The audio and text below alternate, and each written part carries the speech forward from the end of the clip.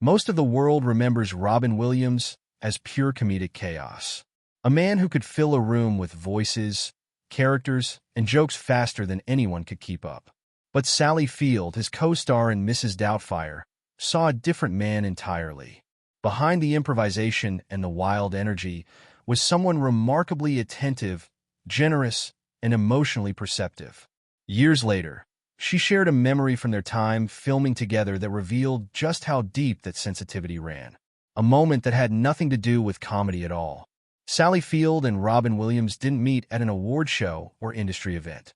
Their relationship began on a film set in 1993, working on what would become one of the most beloved family comedies ever made. The film told the story of a recently divorced father so desperate to stay connected to his children that he transforms himself into an elderly nanny to get back into their lives. Williams played the father, Daniel Hillard, who becomes the unforgettable Mrs. Doubtfire, while Field played his ex-wife, a woman trying to rebuild her life while protecting her kids. From their very first scenes together, there was an unmistakable spark. Field wasn't simply acting across from a famous comedian. She was working alongside someone who reinvented every take. He would run through a scene as scripted a few times and then, without warning, take off in an entirely different direction. New voices, unexpected lines, physical bits nobody had planned. It could easily have thrown a co-star off balance. Instead, Field leaned into it. Rather than trying to match his improvisation move for move, she let her character respond naturally in the moment, which gave their scenes a spontaneity that felt real rather than rehearsed.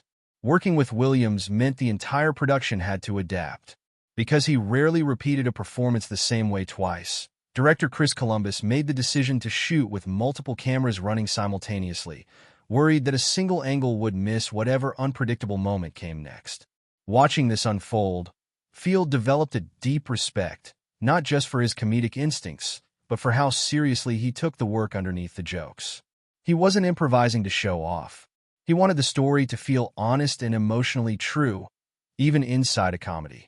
That mutual respect became the foundation of their friendship. Williams admired Field's ability to stay calm and emotionally present no matter what he threw at her mid-scene, and she admired his fearless creativity and his genuine investment in the story they were telling. Neither one tried to outshine the other. Their differing approaches, his unpredictability, her steadiness, created a natural chemistry that gave their scenes together real emotional texture. Beyond the working relationship, Field discovered something else about Williams. He paid attention closely, and that attentiveness showed up in a moment she carried with her for the rest of her life. While filming, Field learned that her father had died. She was on set near the mock courtroom used for one of the film's more emotional scenes. And rather than fall apart, she tried to push through, staying composed, focusing on her character, doing what a professional actress with decades of experience does. She didn't cry. She simply tried to keep working. Williams noticed almost immediately that something was wrong. He wasn't in character, and he wasn't joking around. He was simply watching her closely enough to sense her distress, even though she was working hard to hide it. He pulled her aside and asked if she was okay. When she told him her father had just died, he didn't hesitate. He insisted she needed to leave right away, and using his influence as both a lead actor and a producer on the project, went to Chris Columbus and had the day's shooting schedule rearranged so her scenes could be filmed without her. The rest of the cast and crew simply worked around her absence for the day while she left to be with her family. It wasn't a grand gesture or a public display. There was no speech, no announcement. He simply recognized what she needed and acted on it immediately. Field has described this as one of the most vivid examples of a side of Williams that rarely made it into public view.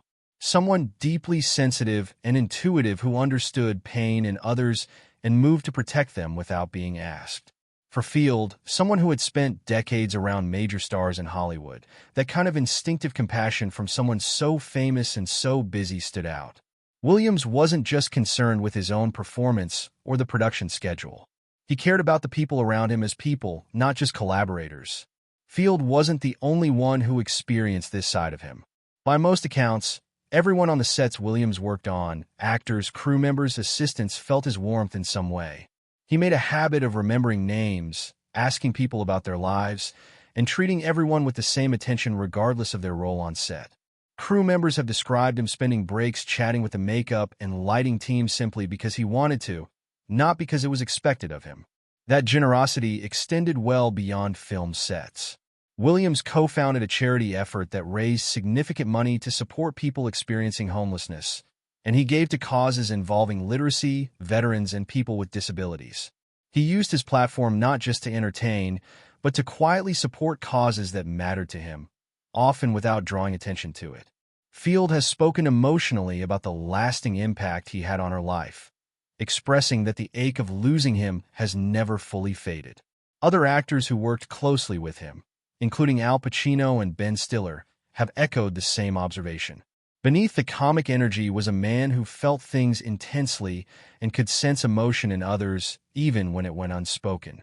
According to Field, most people only ever saw the fast-talking, high-energy performer. Few got to see the quiet empathy that, in her view, was just as central to who he really was. Unfortunately, the same sensitivity that made Williams so attuned to others' pain seemed to work against him when it came to his own struggles. In the early months of 2014, things had grown difficult. A television project he'd taken on hadn't performed the way he'd hoped, and it was canceled after a single season, a hard blow for someone who had spent a lifetime in the spotlight. At the same time, he was navigating a second divorce and a new marriage to Susan Schneider, trying to find stability while carrying emotional weight from the past. Then, in May of that year, he received a Parkinson's diagnosis. Devastating news for someone whose entire craft depended on quick thinking and physical control. He had already been dealing with anxiety and depression, and the diagnosis compounded those struggles. It wasn't until after his death that an autopsy revealed the truth. He hadn't been suffering from Parkinson's at all, but from Lewy body dementia, a severe and aggressive brain disorder that can cause confusion, hallucinations, memory loss, and severe mood disturbances. Those closest to him began noticing changes, increased anxiety, withdrawal, memory lapses without understanding the underlying cause.